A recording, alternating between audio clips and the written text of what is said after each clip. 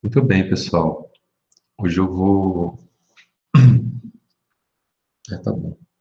Vou começar a falar. Vou falar para vocês, aliás, continuando um pouco das aulas de História da Arte. E, apesar de. Não sei se vocês estão percebendo, eu espero que sim, né? Pelo menos na minha cabeça, sentido. Eu, tipo, parei tentando preparar vocês, apresentando as questões mais técnicas, no tempo em que vou mostrando a história, que é para que vocês percebam as diferenças assim nos estilos e nas obras que eu vou apresentando aqui. Então, seguindo em frente, agora a gente vai falar do período logo depois do Renascimento. Então, só para contextualizar, né? Lá no passado, lá em 1500, estava explodindo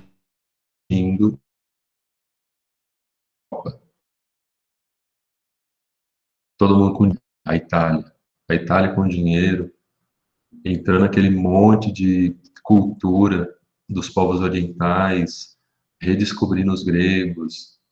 Então, tudo isso estava se refletindo nas obras de arte, que lembrando, né, elas não foram o Renascimento em si, elas foram uma consequência do Renascimento, porque aí estava sobrando tempo e dinheiro, então o povo começou a investir em arte. É igual a gente até hoje. Quando sobra um dinheiro é que você vai investir em curso de inglês, em dança, em alguma coisa assim. Quando o dinheiro está apertado, você só compra comida e paga as contas só. Mas então, só que dois grandes eventos aconteceram logo em seguida, da 1500, né? Ou ali perto de 1500 e que mudaram radicalmente o rumo da história mais uma vez. Foram as grandes navegações e a reforma, né, protestante. Então, de repente, todo esse dinheiro que entrava pela Itália na Europa começou a entrar pela Espanha, Portugal e França, por esses países mais do oeste. Mas não foi só isso, né? Até então, a Itália, ela negociava com, tipo, havia um montante de riqueza que era cambiada entre os países, né? Intercâmbio. Mas aí apareceu a Américas. E então, muita riqueza vindo das Américas começou a entrar na Europa, mas muito dinheiro, muito ouro, prata, outros metais, outras matérias-primas, o açúcar, existia, mas não, mas era caríssimo. De repente, se tinha açúcar, você podia nadar no açúcar, né? Tabaco, café, o arroz vindo do Oriente, da Ásia. Então, toda a vida, a rotina europeia modificou com descobrimentos. E não só haviam as colônias nas Américas, mas também haviam as colônias na África, haviam as colônias na Ásia. E todas essas colônias, toda essa imensa fonte de riqueza, bem gerou guerra, muitas guerras. Foi assim, entre 1500 e 1700 e pouco, era todo ano alguma guerra de alguém contra alguém, por conta de para conquistar colônia, para conquistar território, para conquistar rota comercial. É nessa época, né, que vai ter a colonização holandesa. É nessa época que os espanhóis vão brigar com os portugueses, os espanhóis vão ganhar. As guerras dos 6 dias, guerra dos 30 anos e dos 100 dias, é tudo nessa época. Ao mesmo tempo, graças a esse fluxo de dinheiro tão grande, também de um lado a se fortalecer três coisas, né? Quatro coisas. começou a se fortalecer os estados-nação, porque diferente da Itália, em que os foram burgueses, e aí surgiu a classe econômica burguesa na Itália, nos países do Oeste, quem começou a cuidar disso foram os reis, foram os nobres. Eles já tinham aprendido com a Itália. Então, quem enriqueceu foram os nobres. Claro que houve também, né, como era muito dinheiro, mas muito dinheiro, imagina, sei lá, imagina o renda de vocês e multiplica isso por 10. Então, é lógico que sobrava também para que se formasse uma burguesia também nesses países. Mas aí começou a se formar, então, foi graças a esse descobrimento desse dinheiro que se formaram os estados-nações, as monarquias. E é dessa época, né, os grandes reinos da França, da Itália, da Espanha, da Inglaterra. O que mais? Também por essa época, graças ao tempo, né, não só ao tempo, mas graças à Reforma Protestante, que dividiu, né, que começou a tirar fiéis da Igreja Católica e outras religiões para outras formas de cristianismo. Então começou a se questionar muito o papel de Deus na vida humana, né? Até então, e isso é importante que vocês retenham, até 1500, até antes da Reforma Protestante, tudo era certo. Tudo estava muito bem determinado. Então Deus resolvia todos os problemas espirituais e o rei resolvia todos os problemas terrenos. E acabou. Com o surgimento da classe burguesa e com o rompimento dos protestantes com a igreja, então já nem a burguesia estava o tempo todo tentando tomar o lugar do rei. Os protestantes estavam o tempo todo questionando os católicos. Então começou assim de ninguém mais sabia de nada, não tinha mais certeza se não havia mais certezas na vida, porque tinha esses movimentos políticos e ideológicos que um ficava minando a força do outro. Também a ciência, muito nessa época, né, teve grandes nomes da ciência, como o Francis Bacon, na Inglaterra, um grande filósofo e cientista. Ele é o pai, é considerado o pai da ciência moderna. Teve o Galileu Galilei, o famoso teoria do heliocentrismo, que nem é, ele não criou nada, né? Ele só lembrou que os gregos já sabiam 2.500 anos antes, e muita gente está esquecendo, né, atualmente, e precisa lembrar de novo. Também é dessa época o Descartes, o René Descartes, lá na França, o famoso penso, logo existo. Foi ele que criou essa frase, né? Esse bordão. Também teve o Newton, que é o criador da teoria da gravidade. Então, assim, muita coisa estava acontecendo. E isso, mais uma vez, minava todas as certezas que haviam até sobre a vida, sobre a alma humana, sobre os conhecimentos tradicionais, sobre a questão política, e ainda, né, e também, não menos importante, surgiu uma nova classe também de pessoas, além dos burgueses, que eram os escravos. Os escravos formaram uma porcentagem gigantesca, né, desse novo mundo. Os escravos foram fundamentais para a formação do que hoje é as Américas. Por mais, né, que alguns mal reconheçam até hoje, e, e mais triste ainda, né, que ainda exista, né, escravidão, que ainda exista gente sendo escravizada. Vocês viram o caso, né, da mulher que mantinha uma empregada em regime de escravidão lá na Bahia. Ela só dava comida e abria a mulher, e ela não podia sair daquele trabalho. Então é bizarro, né? Mas Muito bem. Até agora eu estou jogando dados históricos para vocês. Tudo bem até aqui, pessoal? Uma pergunta? Tranquilo?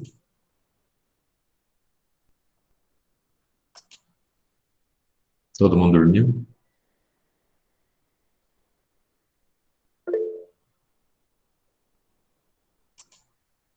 Então vamos lá. Tranquilo. Vou acreditar então que tá tudo certo. Certo. Então, beleza. É importante que vocês tenham em mente essa coisa da instabilidade, né, geral, porque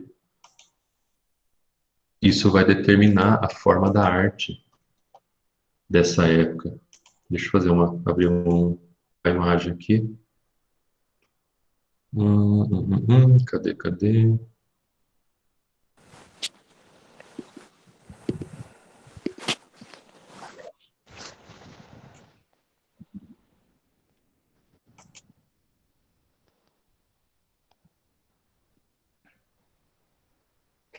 Para vocês aí.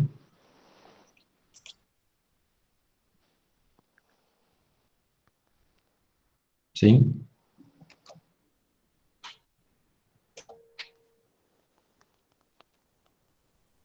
Sim! Tá aparecendo, gente? Tá, professor. Maravilha, obrigado. Então, pessoal, o que vocês estão vendo é um prédio. Na verdade, esse prédio não foi feito pelos gregos, né? Ele foi feito, é um prédio lá dos Estados Unidos, mas imita muito bem o estilo do Renascimento, que é também chamado estilo clássico. Então, o estilo clássico, ele, ele é bem conciso, ele é bem direto, as coisas são feitas pela sua funcionalidade e para transmitir uma mensagem clara, uma mensagem direta. Nesse caso, por exemplo, o que que esse prédio tem de enfeite? Tem nada, praticamente. As únicas coisinhas que tem essas espiraizinhas aqui no topo da coluna, os capitéis das colunas. Só que as colunas em si, elas servem unicamente para sustentar esse pórtico aqui, essa parte frontal do prédio. Essa estrutura em triângulo aqui, ela só é desse jeito por consequência da inclinação do teto. Não tem nada a ver com uma função estética, não foi colocado aí para ficar bonito. As janelinhas, ó, são todas quadradas e tem a única função circulação de ar e iluminação. Não tem nenhum enfeitinho, não tem nada nelas. Tem alguns detalhezinhos, né? Mas é um prédio bem enxuto, bem seco, assim, em termos de arte. Uma coisa acontecia com as esculturas na época. Na época do clássico, e esse aqui já é um exemplo da Grécia mesmo, as esculturas, elas tinham geralmente uma pessoa fazendo uma coisa. E era só. O objetivo das pessoas era transmitir uma mensagem, era transmitir uma informação. Então, o mínimo de detalhes necessários era colocado na obra. Além de que ela era bem realista, né?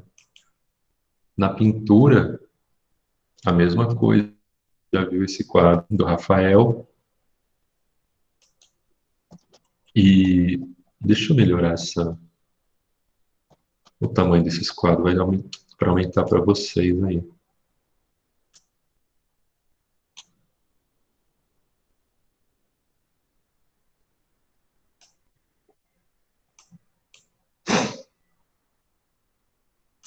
Maior a imagem para vocês.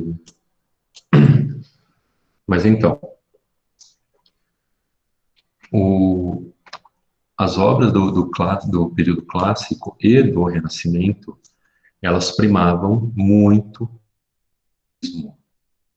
lembrando isso que a gente, né, os elementos básicos do desenho, das pinturas, que são a perspectiva, sombreamento, composição e a proporção. Vocês percebam que aqui o objetivo é pintar uma imagem. Aqui, nesse quadro especificamente, a perspectiva é fantástica. É como se você estivesse vendo mesmo uma coisa assim com profundidade. Então, tudo isso era característica do clássico, um movimento humanista, mas era um movimento ligado ao que se entendia por realidade até então. Só que, graças a todos esses eventos históricos que eu comentei, começou a ter uma mudança nisso. A primeira mudança, deixa eu pegar a imagem aqui. A primeira mudança na Igreja Católica. A Igreja Católica estava perdendo fiéis, perdendo muitos fiéis. Então, ela ficou assim, o que eu faço, né? Aí ela lembrou que os fiéis gostam, como até hoje, né? Gostam de imagens. Especialmente num mundo, né, em que a grande maioria era analfabeta. Então, as pessoas gostavam de ver as imagens nas igrejas, nas ruas, nas estátuas. Gostavam de admirar isso. Então, a igreja vai e investe pesado em artes, em imagens. É dessa época, por exemplo, essa imagem do Legros, que mostra uma... Eu não vou lembrar que santa é essa, mas ela, com a cruz e um fogo na mão aqui, ela vai vencendo os supostos pecados aqui. Mas percebam a diferença, ó, entre essa imagem e essa imagem. Essa primeira imagem do clássico, ela só está mostrando uma pessoa fazendo uma coisa. Essa imagem, ela está mostrando três pessoas, um anjinho, uma cruz, um monte de enfeitinho aqui atrás, as pessoas com roupa tudo esvoaçante, um fogo, suposto fogo na mão da santa aqui. Tem um monte de informação nessa imagem. A Igreja Católica, ela realmente investiu num novo tipo de arte que visava chamar o máximo de atenção possível. A mesma coisa para os prédios. Até então, relembrando, né, os prédios eram clássicos, era uma coisa enxuta. Prédio são de ser prédio, de abrigar alguma coisa. Agora não. Agora os prédios eram para ostentar mesmo, era para confundir os sentidos de quem visse. A pessoa não ia saber para onde olhar de tanto detalhe. Olha isso aqui, ó. Antes só tinha janelinhas quadradas, frente era lisa. Agora não, ó. Tem uma parte que avança aqui, colunas espalhadas que nem seriam necessárias, né? Porque elas não estão sustentando nada praticamente. Arcos nas janelas, mosaicos, estátuas, detalhezinhos em toda parte. A escadaria é um espetáculo à parte nessa igreja, né? Essa aqui é a igreja de Santiago, na Espanha. As campânulas das igrejas, cheias de informações. Qualquer um que olhe uma igreja dessa vai ficar meia hora só olhando a igreja, de tanta coisa que tem para ser vista. Então, essa nova fase que a Igreja Católica trouxe para a arte, lembrando, né? Antes a Igreja Católica recebia formas de arte, esculturas, recebia pinturas, mas como forma de pagamento, né? Pelas indulgências que os nobres, por aquele dinheiro que os nobres, os burgueses principalmente, tinham que pagar para a igreja. Agora não, agora era a igreja que estava pagando para que fossem feitas essas obras. Mas também dentro a quantidade de detalhes que tem num teto. Essa igreja aqui é Nossa Senhora da Conceição, lá no Recife, isso. Então, ó, esse monte de detalhe, isso aqui é feito em ouro. Tipo, não tem função nenhuma para o uso do prédio. É unicamente para que a pessoa olhe e não pare mais de querer olhar, de tanto detalhe que tem. Então, esse novo mundo, essa nova forma de arte, é o famoso barroco. Perceba essa diferença. O estilo anterior ao Renascimento era enxuto, era focado com a realidade, era preocupado com a realidade, era certo das coisas. Agora não. Agora as coisas tinham função, né? Agora não. Agora o que é ofuscar, o que importa é atrair a atenção de qualquer forma. Mas ainda teve um outro movimento. Deixa eu abrir aqui. Da mesma forma que a igreja patrocinava artistas, novas burguesias que surgiam nesses países, né, na França, na Espanha, na Inglaterra, esses novos burgueses, eles também começaram a patrocinar o seu tipo de arte. Não tinha nada a ver, eram outros temas. Então, esse quadro, por exemplo, aqui, ó, do Fragonard, o francês, né, ele reflete bem o tipo de arte que estava sendo patrocinado, que já não tinha nada a ver com a arte grega, né? Olha só, o senso de perspectiva aqui desaparece. Você não sabe se essa pessoa está mais para frente aqui em relação às outras. Percebam, né, que tem. Bom, primeiro vamos ver os detalhes, né? Deixa eu aumentar aqui. Olha só, tem um cara caído no chão aqui, tem um vaso com uns afrescos aqui do lado, tem um anjo, tem umas ferramentas no chão, tem um cachorro aqui, ó, uns anjinhos, mais anjinhos no chão, tem um prédio ali atrás, tem um cara na escuridão aqui, puxando a mulher. Tem essas árvores retorcidas e tenebrosas aqui, né? Você não sabe o que vai surgir dessa sombra. Tem essa flor, esse galho aqui cheio de flor ou com um raio de sol, não sei, mais iluminado, que também chama atenção. E no meio tem a mulher. É muita informação. É muita informação para o observador. Ele não sabe para onde olhar aqui. E, de novo, né, aqui desaparece a ideia de perspectiva.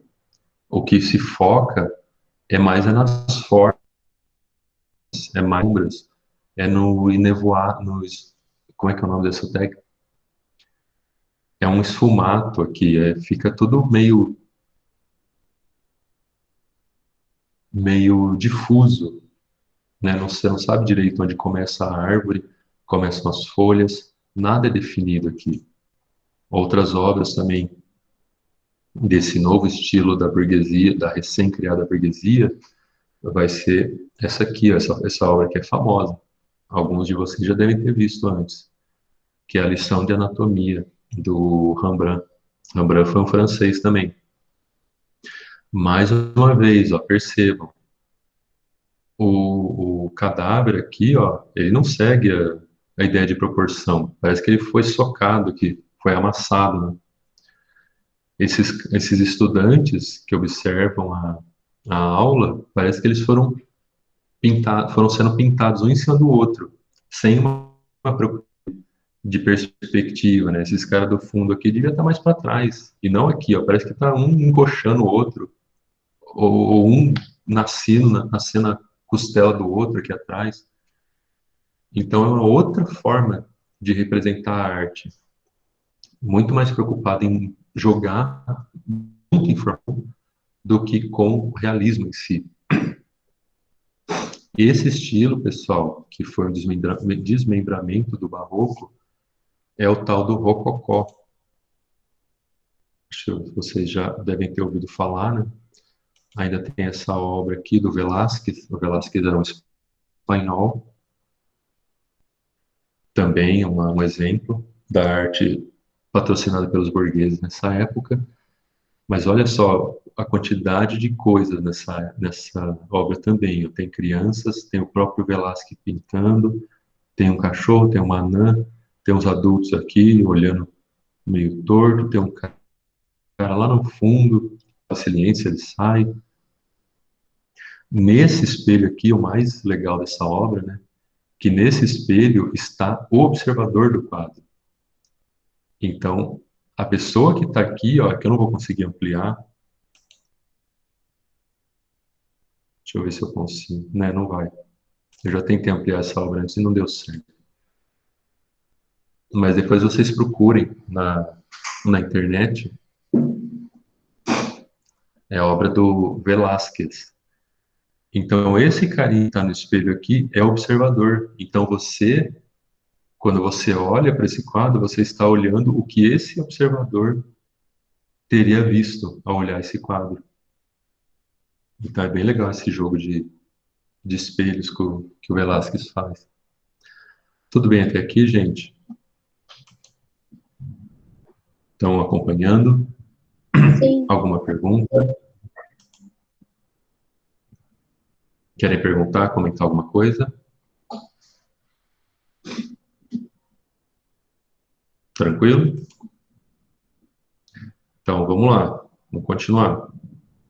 Eu não sei se eu estou indo muito rápido, né? Mas eu espero que todo mundo esteja acompanhando. O principal que você pegar do que eu estou passando é isso. O melhor para falar de barroco é você contrastar com o que veio antes. Porque o contraste é imenso, assim. Você deixa de ter uma coisa sucinta, uma coisa elegante, vamos dizer assim, né? Uma coisa com poucas informações. Por exemplo, ó, cadê? Essa obra do Velázquez que vocês estão vendo é um exemplo de um plano bem aberto, ok? É um plano que mostra muita coisa acontecendo. Lembrando, né, que a gente falou dos planos e ângulos também, que quanto maior o plano, mais informação, quanto mais aberto o plano, mais informação você passa para o seu observador. E o objetivo era esse. Bem diferente da época grega, em que, mesmo que isso aqui não está, mas a gente pode pensar nessa moldura com que ela foi feita, representa a função da arte nessa época. Era uma coisa mais focado, eram planos mais fechados, eram mais focados, eles usavam mostrar uma informação específica. Então não tinha um monte de acontecendo aqui. Muito bem. Aí, agora a gente vai falar. Tem mais alguma obra aqui? Deixa eu ver. Ainda tem essa aqui, né, também. Um outro exemplo de rococó. É um quadro do Boucher, também outro pintor francês, em que ele mostra. A... Esse é um tema aqui da. Como é que é o nome dela? A Diana Caçadora. É um mito grego, né? Mas com outro olhar. Não tem mais nada a ver com a Diana que a gente veria na mitologia. A, a Diana desse cara aqui, olha, é toda sensualizada e também, de novo, né, tá cheio de detalhes aqui, ó, tem caças aqui do lado. Vamos ver se aumenta a imagem também. Ó, então, maravilha. Ó, tem um monte de caça aqui do lado.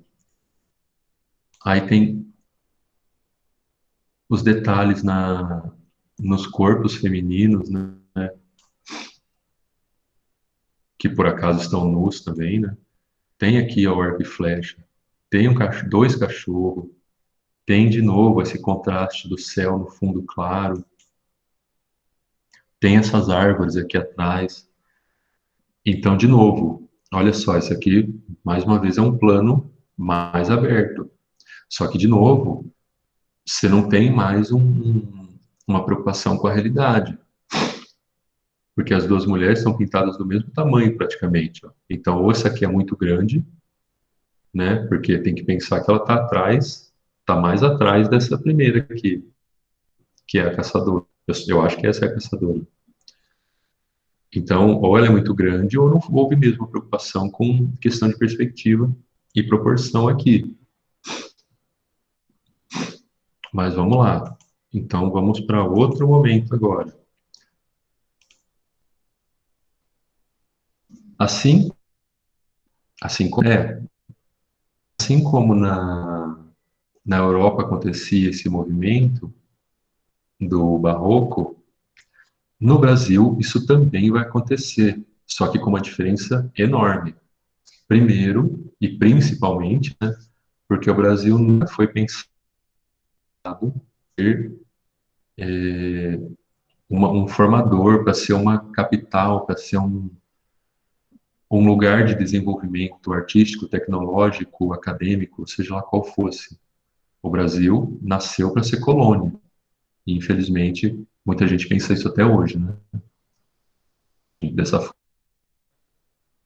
o Brasil para ser uma colônia. Então, quem vinha para cá não vinha com a intenção de criar galerias de arte, de construir palácios. A elite que veio para o Brasil, ela não estava nem aí com arte. Ela só queria explorar, explorar, explorar, explorar.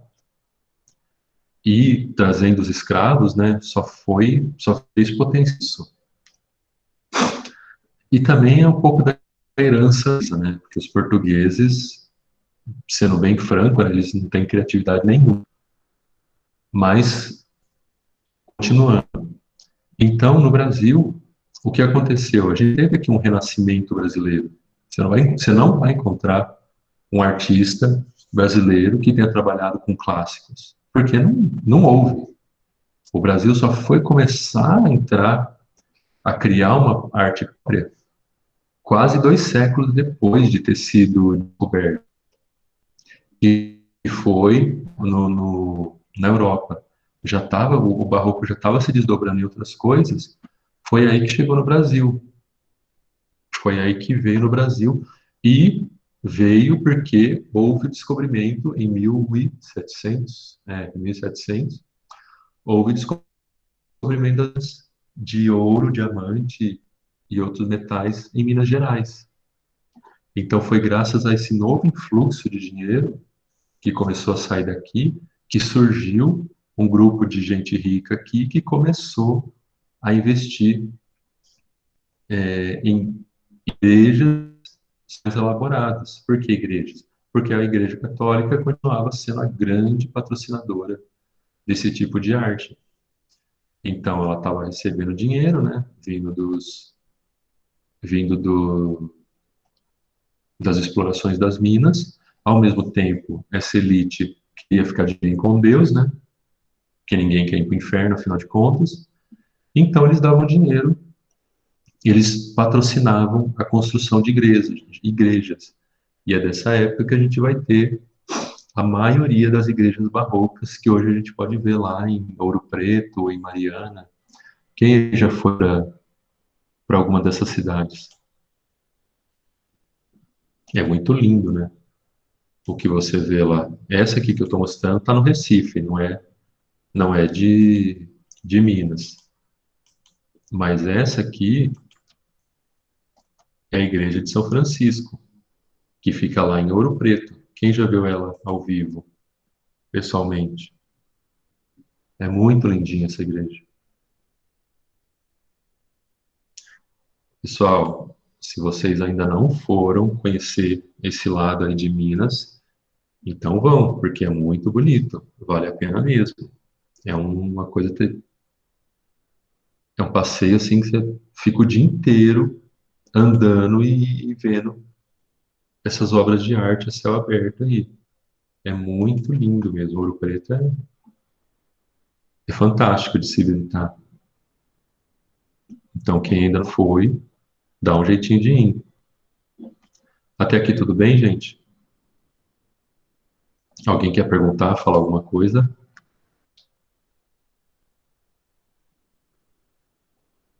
Estão acompanhando?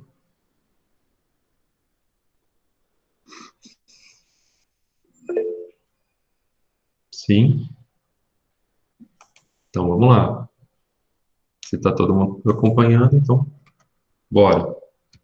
Pois bem, o Barroco no Brasil, ó, ele seguiu quase que o mesmo estilo, ou melhor, ele seguiu a ideia, né, dessa, dessa ostentação, só que é claro que aqui não havia outros questionamentos aqui, né?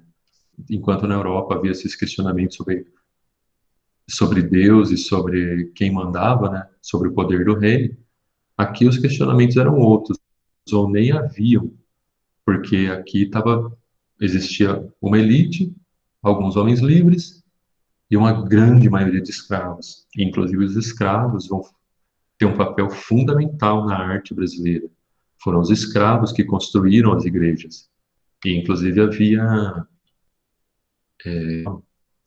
sociedades de construtores, artistas, só de escravos. Eles se juntavam para pensar essas obras. Então, essa igreja aqui, só de novo, a título de comparação, né?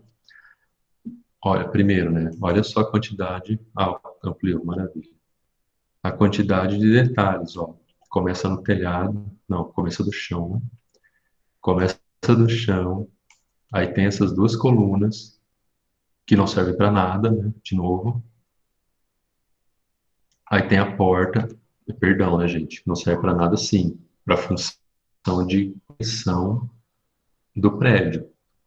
Aí tem a porta cheia de curvas e floreios e anjinhos e escudos e cruzes e faixas. Tudo isso aqui é feito em pedra-sabão, metal, né? E imagens e mais anjinhos e estátuas. Isso aqui não é pomba de verdade, isso aqui é construído também. E olha só que legal, o triângulo aqui no da construção do prédio, porque tem que ter aquela queda d'água, então aparece aquele triângulo. Esse triângulo aqui, ó, que está explodido, né? Uma parte em cada lado, ele não serve para nada aqui. Mas dá até para você imaginar que em algum momento no começo esse triângulo estava junto, e aí é como se essa fachada inteira abrisse, assim, que nem aqueles cartão de aniversário que você abre com tridimensional, né? Que você abre e sai uma coisinha de dentro. Então, de repente, você tem toda essa fachada aparecendo. E, de novo, né? Os detalhes em curva, as paredes são curvas, cheio de volteios, ó, tem espirais aqui.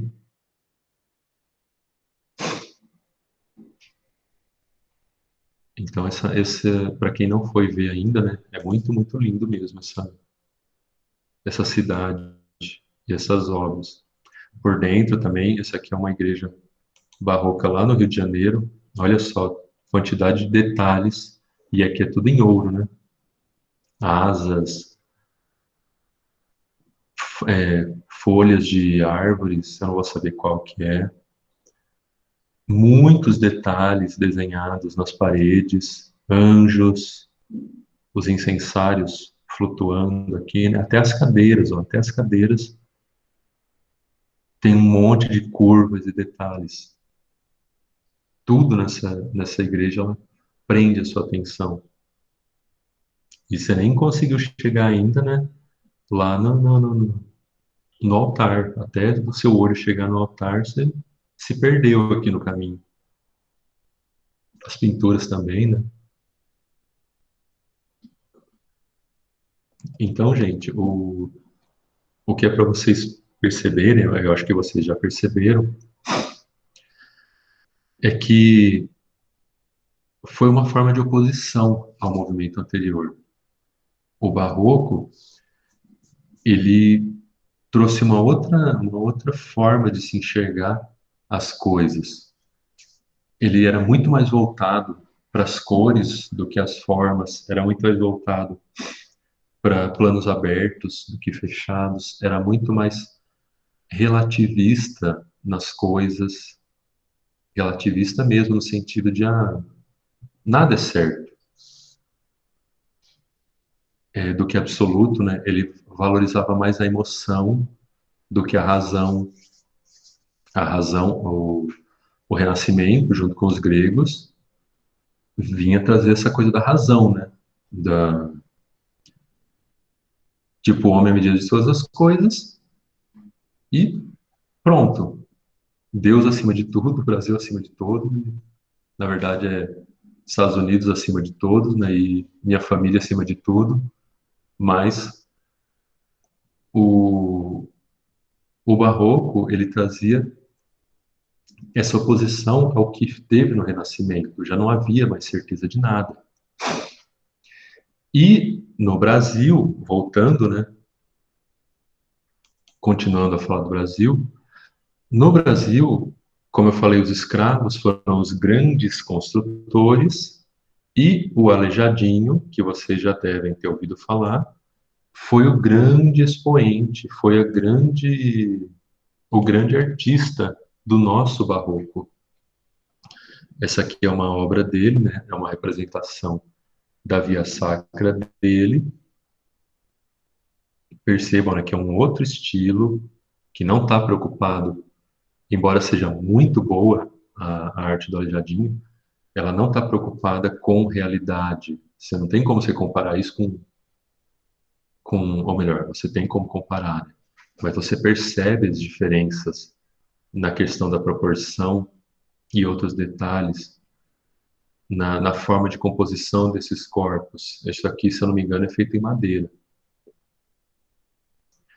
Mas ele não deixa de representar, pela forma de arte dele, uma cena religiosa e representar muito bem, aliás. Então, Aleijadinho, ele foi o grande escultor e artista do barroco brasileiro. Aqui tem a igreja de Bom Jesus, onde estão o que é considerado a maior obra dele, né, que são os 12 profetas, as 12 estátuas que ele fez uma a uma, enquanto ia... bom, vocês sabem porque ele chama Aleijadinho, né? Todo mundo aqui sabe. Sim?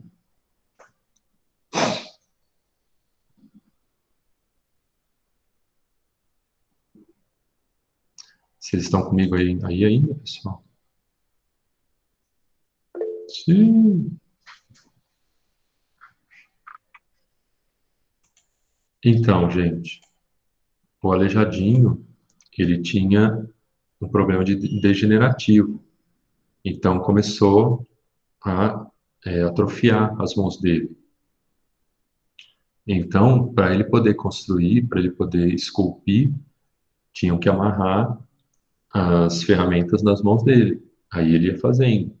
Só que isso com o tempo foi piorando. Teve até um momento em que tiveram que cortar. Eu não lembro qual membro deles que tiveram que cortar porque já não servia para nada, né? Mas ainda assim, apesar de tudo, ele seguiu com a obra dele e deixou, né, para gente assim grandes obras. Isso aqui já é a fase que ele tinha desenvolvido ao máximo, né, a potencialidade dele e deixou para gente aí até hoje. A igreja não foi feita por ele, mas também foi feita por uma dessas irmandades de escravos da época. Também é um estilo barroco, mais simples um pouco, né, do que a de São Francisco, mas não deixa de ter também os detalhes, alguns dos detalhes do barroco brasileiro. E ele não foi o único artista também, né? O Aleijadinho, houve outros. Por exemplo, essa aqui é uma obra do mestre Ataíde. Todo mundo aqui já conhece essa cena, né? Todos vocês trabalharam com ela, a maioria que trabalhou com ela ou já viu ela das nossas aulas anteriores. Só que é uma nova cena, é uma nova representação da Santa Ceia. Então, a mesma cena, né, de Jesus e seus apóstolos agora mostrada no estilo barroco brasileiro. Então tá aqui tudo é uma festa, né? Olha quanta gente entrando, trazendo comida, tem até mulheres na pintura. E parece que o único sério aqui é Deus, né? Os outros é tudo assim, sei lá, onde é que eu tô? Mas é bem. Essa aqui tá na igreja. Nossa, eu esqueci onde é que, qual é a igreja essa aqui. Bom, depois vocês podem pesquisar também e descobrir onde é que está essa obra de arte aqui. Mas então, pessoal, é isso. Isso é o que eu tinha para falar para vocês. Ai, coloquem os nomes de vocês, gente. Eu esqueci de pedir no começo. Coloquem os nomes de vocês no chat aí. Ou eu pedi, não lembro. É, coloquem os nomes aí, por favor. Mas então, se ninguém tem nenhuma dúvida, se ninguém quer comentar nada, ninguém quer perguntar nada, então é isso. É o que eu tinha para falar para vocês hoje. Espero que alguém quer perguntar alguma coisa. Alguém tem alguma dúvida? Podem falar também, gente. Pode usar o microfone se quiser.